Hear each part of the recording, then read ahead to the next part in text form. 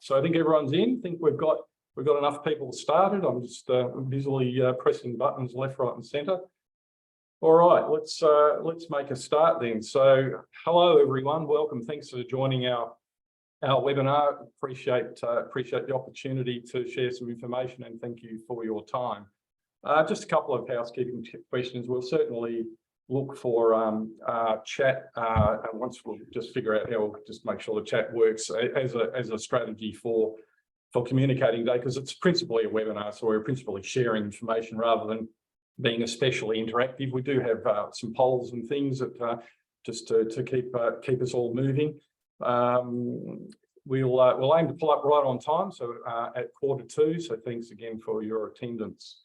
Okay, so before I get going, I'd like to acknowledge the fact that we're all joining this webinar today from traditional owner lands around the country. I'm in Perth, so it's the Whadjuk Noongar Nation. It's also especially important this time of year, given it's NAIDOC week, and the theme of NAIDOC week is for our elders. And we certainly acknowledge elders past, present and emerging, and I also extend welcome to any Aboriginal and Torres Strait Islander people who've joined us today. So thank you for that. I'd very much now like to welcome our colleagues at nXus People. So James Fulford-Talbot, or FT as he refers to himself. We've got Molly Henman, Thomas Higgins and Stuart Walden, who will all be participating a little bit today as well. The idea, of course, and the theme, as you can see in front of us, is around optimising bid team performance, and we've especially appreciate the relationship we have with James and team, given the very practical insights that they'll share with us today. Just quickly about James. James is ex-British Army infantry. Has done 5 operational tours, led large complex organisations in commercial and obviously senior roles in military up to GM. Got a big background in leadership, team dynamics, strategy, several postgraduate qualifications, and very well qualified to be speaking with you today. So I'd like to hand over to James to get the ball rolling. But first question, James, why do you think culture and behaviour is an important issue for bid teams? So over to you. Hey, look, thank you very much, David. And just so you're aware, all of the team are in my house at the moment because we're on an offsite. If there's any issues at all with bandwidth, I will complete this talk through interpretive dance, one of my other qualifications. So why are we here? Why are we going to what are we going to talk about? Well, the big idea I want to discuss is that when bid teams come together for complex bids, they spend, it's about a commitment of a lot of money, it's about commitment of a lot of resources and commitment of a lot of time.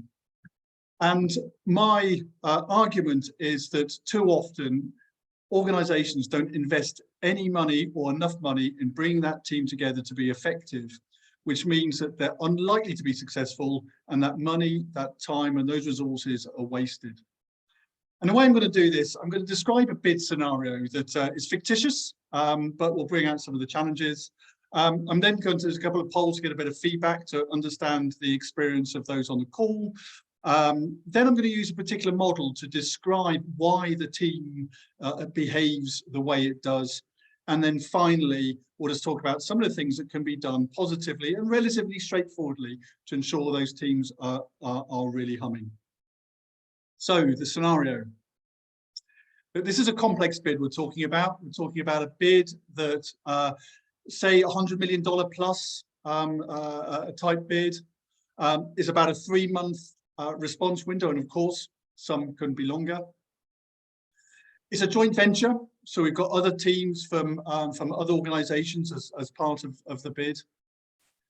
And for the benefit of the scenario, I'm going to be using the Shipley process of blue, pink, red and gold reviews to describe where people are in that cycle. But it is a complex bid, so there's services as well as product, and it's a must-win bid for the team. Like so many bids are must-win bids. So who's in the team? So at 100% FTE, you've got a bid manager, you've got a program manager, you've got a senior engineering manager, and you've got a services solution architect. At about 50% FTE, you've got the capture lead, and how much time the capture lead will devote to the bid normally depends on how well they think it's going. And then at less than 50%, you'll have a whole bunch of other people from the business: procurement, HR, HSE, finance. There's nearly always cyber involved now, quality, ILS, other engineers, marketing, graphics, scheduler, T&E, and maybe some other people. So there's a lot of people involved in this bid. And some people are very much on the forefront. It's their everyday job. And other people are balancing a bunch of other things. Now, I just want people, because the reason I've got Ted Lasso here is because I'm going to badly use football analogies all the way through this, because I don't know too much about soccer, which will become clear. But can you imagine bringing this bid team together? It's like bringing some great players onto a pitch and asking them to play a competitive match straight away without doing any training whatsoever. So that means they don't know what their strengths are. They don't know how to mitigate each other's weaknesses. They don't pick up all the tells. They know what that person's going to do, and therefore they can anticipate that. And more importantly, they don't know what to do when one of them is rolling around in the penalty box screaming. Is it real injury or is it not? So there's a real lack of understanding there. And I think the important thing to take away from this is you cannot expect a team to go well if they haven't trained together and if they haven't gone through some kind of teaming arrangement. So they're not a bunch of individuals on a pitch. They actually know how to work effectively together.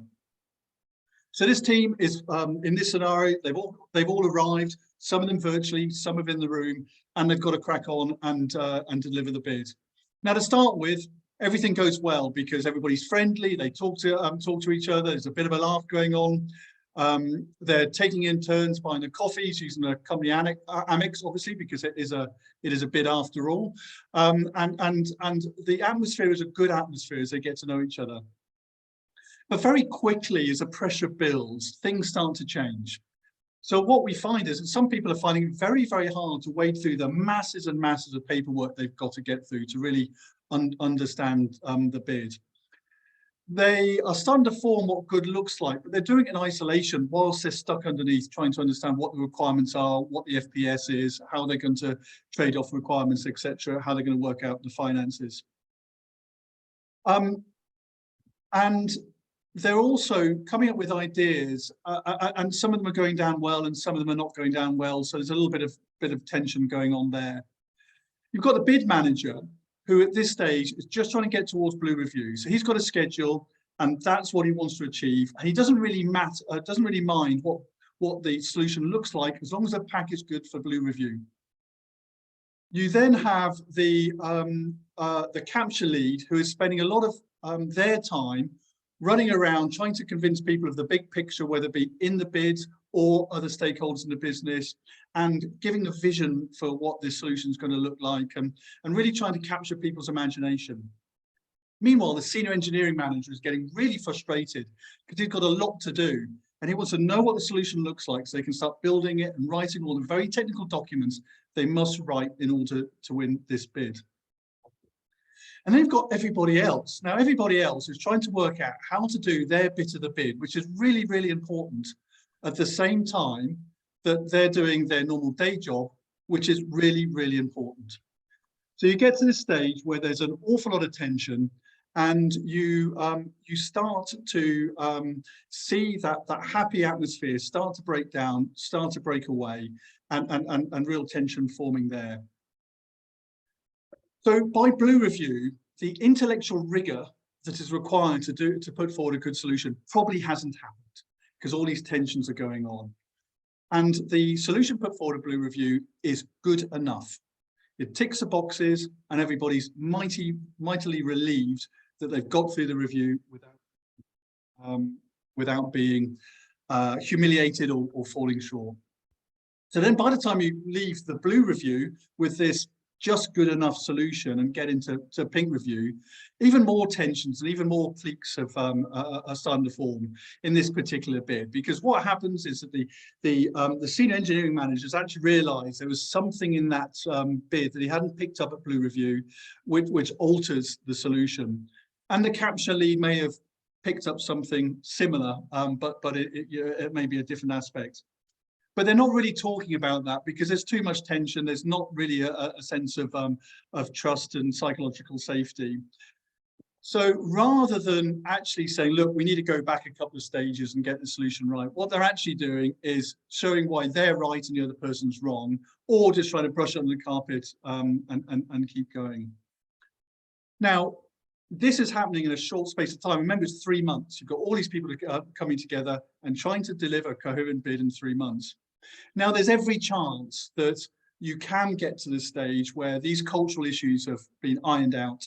People have started to understand each other better and they're mitigating each other's weaknesses. But that's quite unlikely to happen until you get to red or gold review time. And it really is too late then. You know, the solution that you put forward at blue review is going to be 90% of the solution that goes through red reviews. So having heard that situation where you've got people not talking, where you've got people that are forming cliques, ideas not coming forward, a lot of tension, people feeling that they've got to manage their own heavy workload at the same time as a bid, and people maybe not feeling valued as much as they could do. I want to launch a first poll, and I'd be interested in, having heard that scenario, how that correlates to you. So if you could launch that poll, please, David. Right, fingers crossed, everyone. Let's see how it goes. Oh, by the way, just if you've got any queries and questions, just use the Q&A functionality, pop the questions in, and I'm keeping an eye on it. Okay, here we go, James. I'm launching the poll. Here we go. So you've got a bunch of choices. Don't be ridiculous. Bid team's always the perfection of teamwork. If that one most relates to you, please click that. Yep, some of this sounds familiar. So some of those scenarios you can understand. Some of you might be saying, was I on that bid? I was the senior engineering manager that wasn't actually speaking to the capture lead. And some of you may not have worked on the bid at all. So if you could select one of those, that'd be fantastic, just to get a feel to see what people's experience is. I'm detecting an ironic response there, at least, James, as it's coming up, and I'm glad there's someone who's new, because then everything you say is going to be fabulous and interesting. Okay, so I think I'm wondering if people are saying, actually, yeah, don't be ridiculous, it was perfect, with an idea of sarcasm behind them. And anyway, I think we've got a pretty clear sort of sense, I think, going on, James. I think we can all see that. I'm not seeing any of the votes. Right, let me just share that then, and then we can and then let's just okay. No, so kind of what I was expecting, because it was an exaggerated scenario, but you know, these kind of things happen in pretty much every single bid. Whoever is the one person who's been in a perfect bid, please tell me the business you've worked in, because I want to be there too. Thank you for that. So it gives a really good feel. So hopefully the rest of this will have some resonance with you.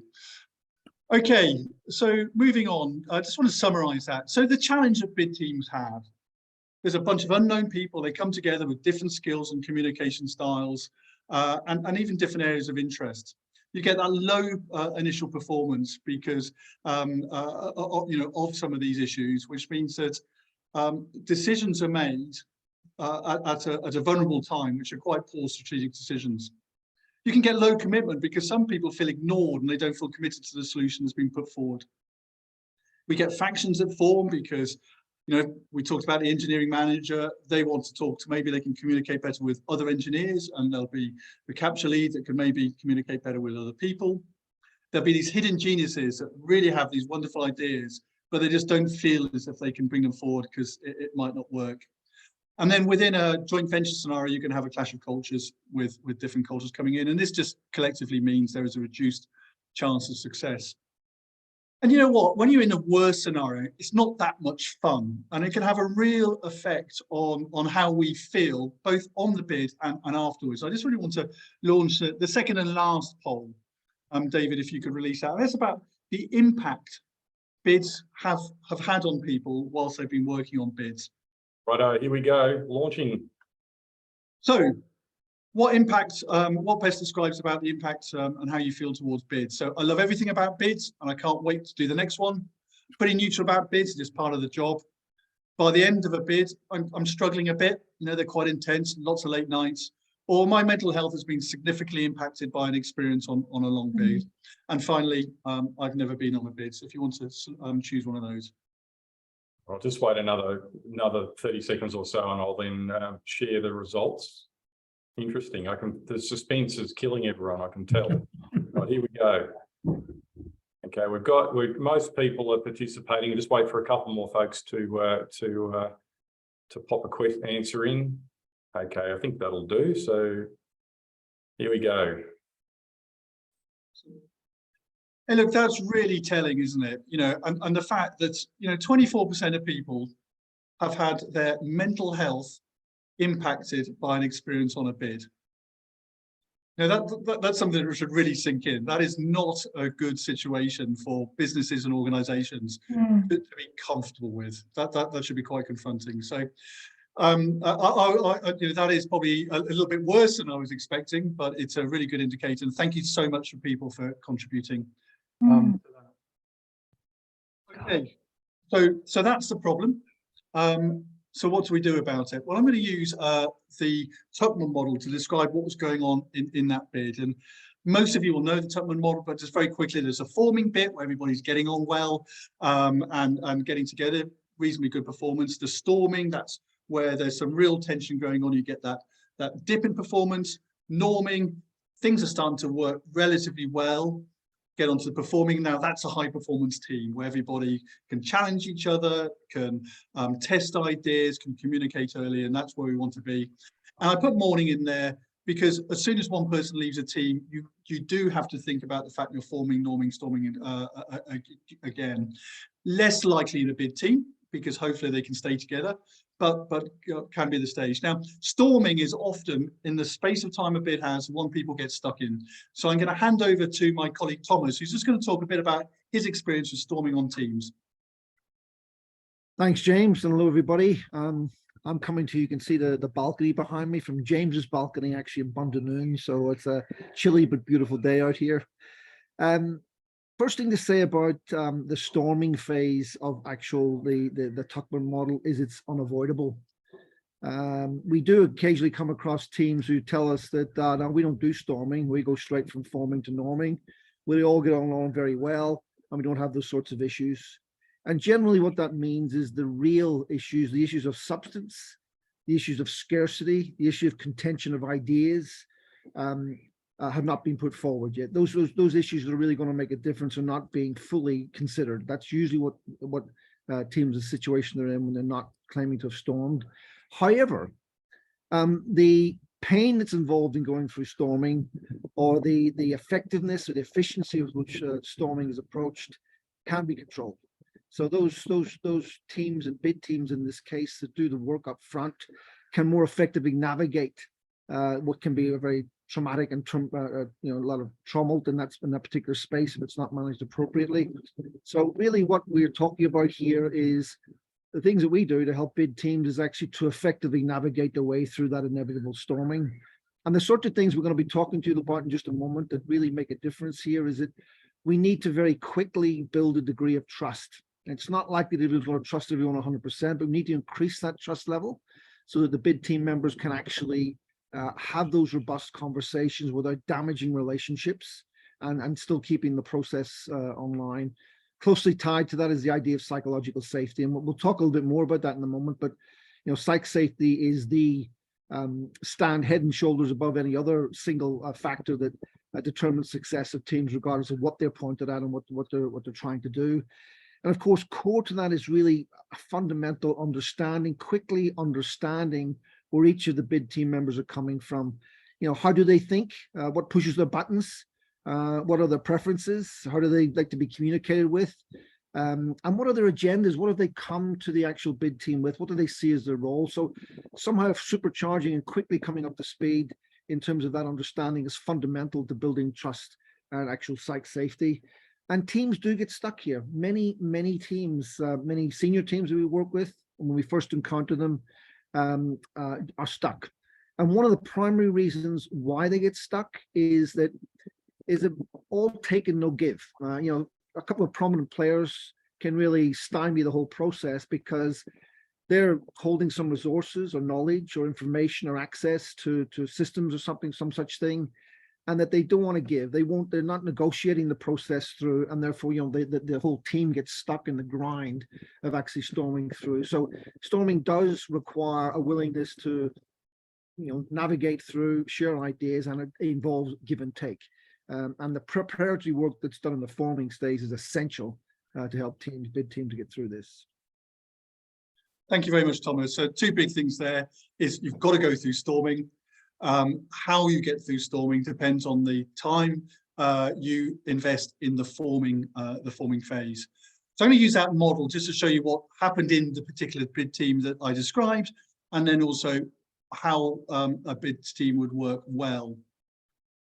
So you can see that the risk zone before you get to norming in the example I talked about is quite large, and you never know, that might cover 3 months. You might still be in the storming stage with that really low performance right up until you put in the bid in the box. And during that time, the conditions for failure are set. The solution has been getting decided, writing's begun early on, issues aren't flagged, and poor quality is baked in at that lowest form of performance. So that is not a good scenario to be in. Where we want it to be is that storming happens a lot quicker, and the reduction in performance is not as deep as it would be. And you get to the norming and performing much higher, and hopefully that's happening before the bid has gone into the box. So you're getting some really good communication, high psychological safety, teams are starting to behave really consistently, and that high level of delivery is happening at a very early stage. So that's easy, isn't it? It's on the graph, therefore all you have to do is form quicker.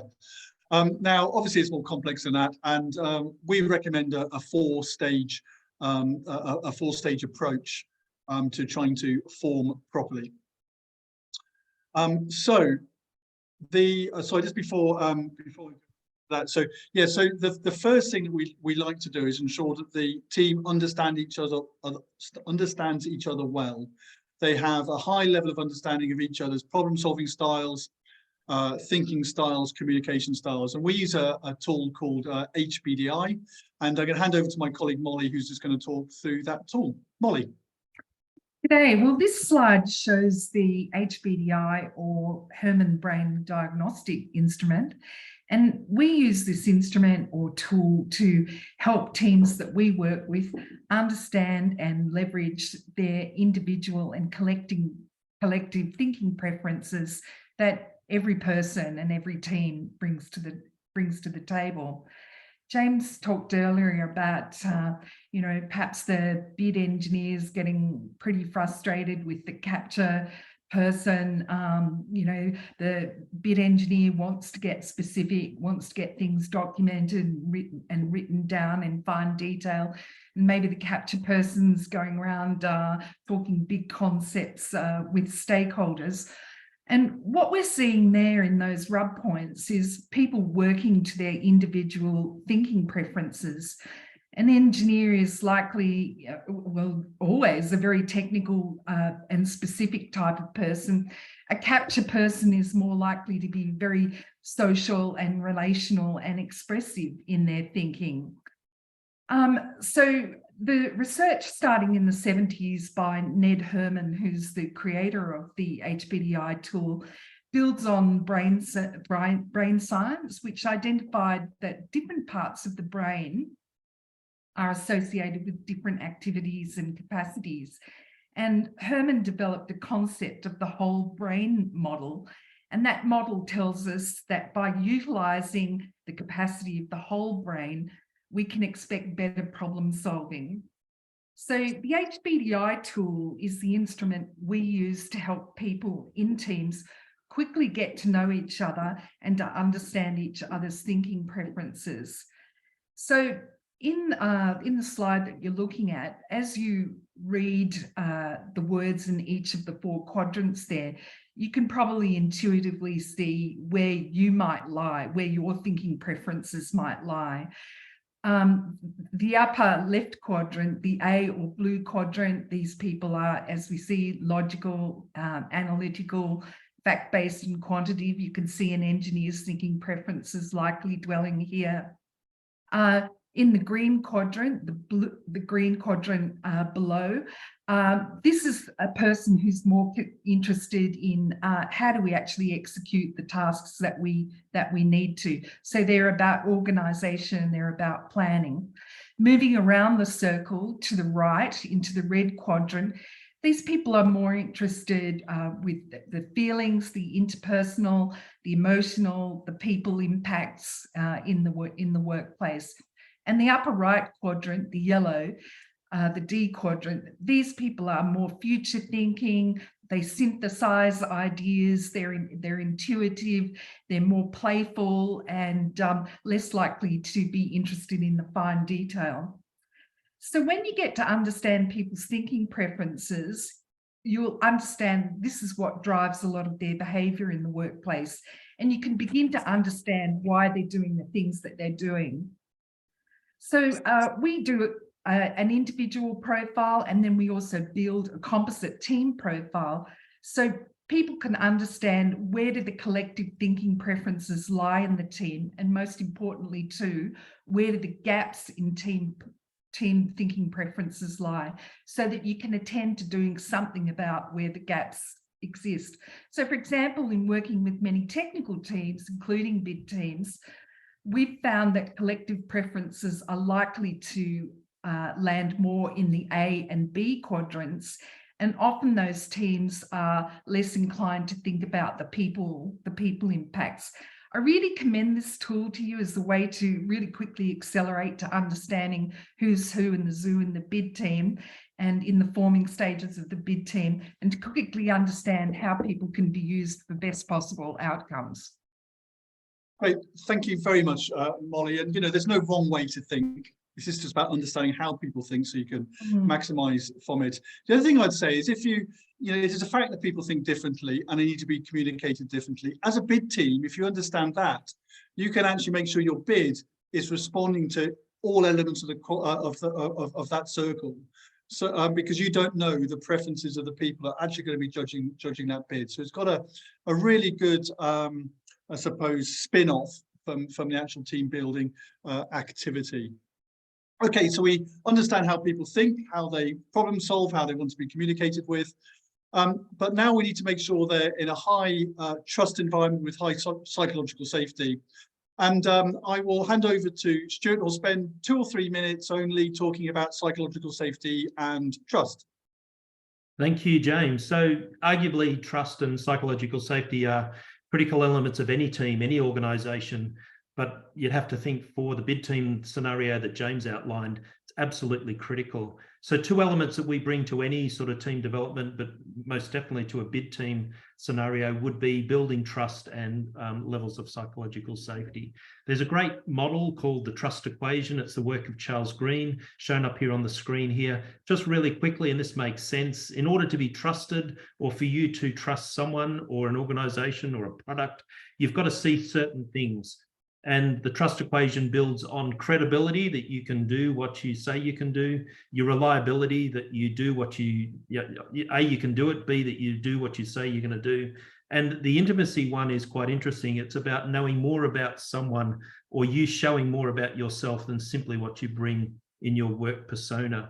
So it's that credibility plus reliability, and knowing someone more than just what they bring to work, and you yourself doing that, that builds higher levels of trust. That is broken down almost instantly if there's any sniff of self-orientation or self-interest. So it's a very simple model to understand how trust is built, and equally how quickly trust evaporates. And I'm sure we've all seen trust and psychological safety evaporate in the blink of an eye. In terms of psychological safety, it's the work of Professor Amy Edmonston. It's quite a simple concept. It's quite foundational, and that is that people feel comfortable saying, doing, making mistakes, basically bringing anything to the workplace and not having any retribution or fear of that. And it's easy to build psychological safety, and you can see in the green behaviors what's shown there, and very quickly how you can destroy psychological safety by those red behaviors. So it's about having more green and less red that's really, really critical. Everyone can do this. It's not just the role of managers and leaders to build and maintain psychological safety. It's actually the requirement or the responsibility of everyone. It doesn't happen by osmosis, and it needs to be worked upon. It's clearly a big factor. All the research, starting with Microsoft's Project Aristotle, showed by far the biggest driver of team performance was high levels of psychological safety. So here's Amy Edmondson, professor at Harvard University, considered the world leader and the person that coined the phrase psychological safety. She's got a great book called The Fearless Organization, numerous podcasts and webinars and YouTube clips, TED Talks. Certainly highly recommend, if you don't know much about this, to jump on and have a look. And yeah, we certainly argue very strongly how important it is to drive and maintain high levels of trust and psychological safety. Thank you very much, Stuart. Yeah, that Google Aristotle project was such a fundamental bit of work to support this. And actually, in a group like this has just come together, psychological safety will be very low, which is probably why the person that wants to see me dance has remained anonymous. So we've understood how people think, how people communicate and problem solve. We know how to build and maintain a psychologically safe environment. But what stops us from just having a great day or so working on this, walking out of the door and just going back to old behaviors? Well, this is all about embedding behavior. I'm going to hand back to Thomas, who's good, you're back, who's just going to talk about how we go around forming a meaningful team charter. Yeah. So just quickly, what a team charter is, or a set of, if you like, sort of agreed behavioral norms. It's explicit behavioral norms that the BID team in this case has agreed upon.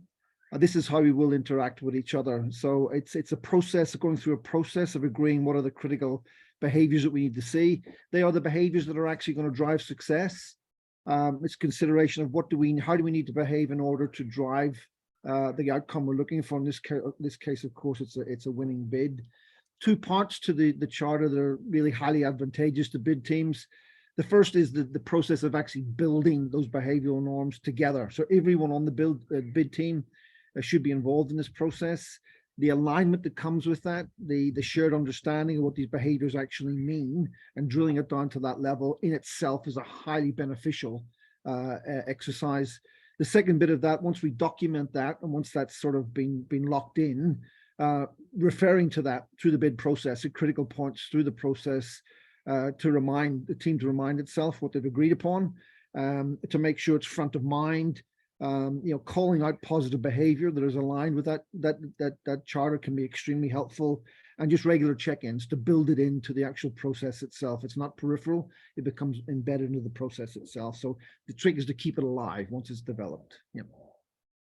Thank you very much, Thomas. So you understand each other's preferences, we understand psychological safety, and we've decided how we're going to behave going forward in that bid to make sure that we've got the best possible culture to take forward for that 3 months.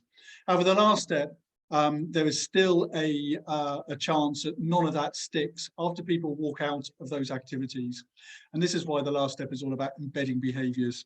And we strongly recommend that rather than just have a mouse mat or a post on the wall about this is how we're going to behave, that the team every couple of weeks or every month takes time out to look, okay, this is what we decided we're going to do. This is what we decided, how we decided we're going to behave. What are we actually doing? What are we not doing? What's stopping us behaving as we should? And really drilling down so those behaviors are embedded. Otherwise, it's a great day and a half of activity, but actually there's no significant change within the organization. I'm going to summarize, which will take me about a minute or so, which will give us about 4 minutes for questions. So please whack them in if there are any. So we've been talking about bids here, but what I would say, there's one of the bid organizations going to win. And for that organization, the problems we're talking about in the bid are just going to be even bigger. So we recommend also that this kind of activity happens at bid kickoff as well, to make sure that psychological safety and trust happens. An example of some work we've done recently, there was a big program being rolled out by Suncor. Release 1, Release 2 had been problematic and of concern. They took time out, we did some work with them and took them through this package. And of course, there's always other things in play around leadership. But by the end of it, the CEO was saying that there was the exemption uses something magical happened in that team for release 3. So it does make an impact if that's right. So if I was just to summarize, getting a bid team together is a tremendous opportunity to win significant bits of business within complex programs. But you're going to use a lot of time, a lot of resources, and a lot of money.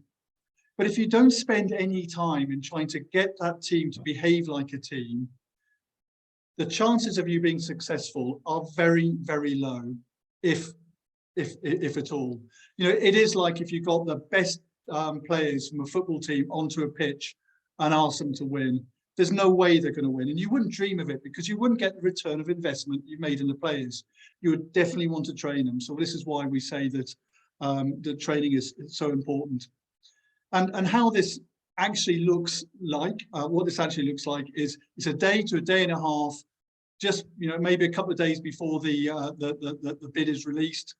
And in terms of investment, if you consider that most bids of this complexity, it'll be 6 figures or 7 figures. We're talking about you could be investing 1% of the bid cost and making all the difference, just like spending time training represents a small cost compared to the rest of the team. So hopefully a lot of that has resonated with you. Bids are something that's a real challenge. A lot of the problems that the bid teams experience are repeated again and again, but there are simple ways that bid team performance can be improved. So thank you very much for your attention. And David, were there any questions other than wanting to see me dance? Yep, thanks very much, James and team. There was a question that I think Molly and Stuart might have grabbed around. Is there a quick way, to do the assessment of where people fit on the colour wheel that Molly took people through? So perhaps Molly or Stuart can quickly answer that one. I've got another question as well, and then we'll probably be at time. Really doing the Herman brain diagnostic instrument, the HBDI itself, is really the best way to understand your preference, your thinking preference, and the thinking preference of the team that you're concerned with. And I should also note that you don't just have one type of thinking preference. We all think more or less in each of the 4 quadrants, but we definitely have some deeper thinking preferences in 2 or 3 of the quadrants, more so than having strong thinking preferences in all 4. So we really recommend that you do the instrument. And then that gives you the ability to be able to clue spot. People give you clues all the time about where their thinking preferences lie. And from that understanding, you can start to think about, well, this person looks like they might be, pretty yellow or pretty red.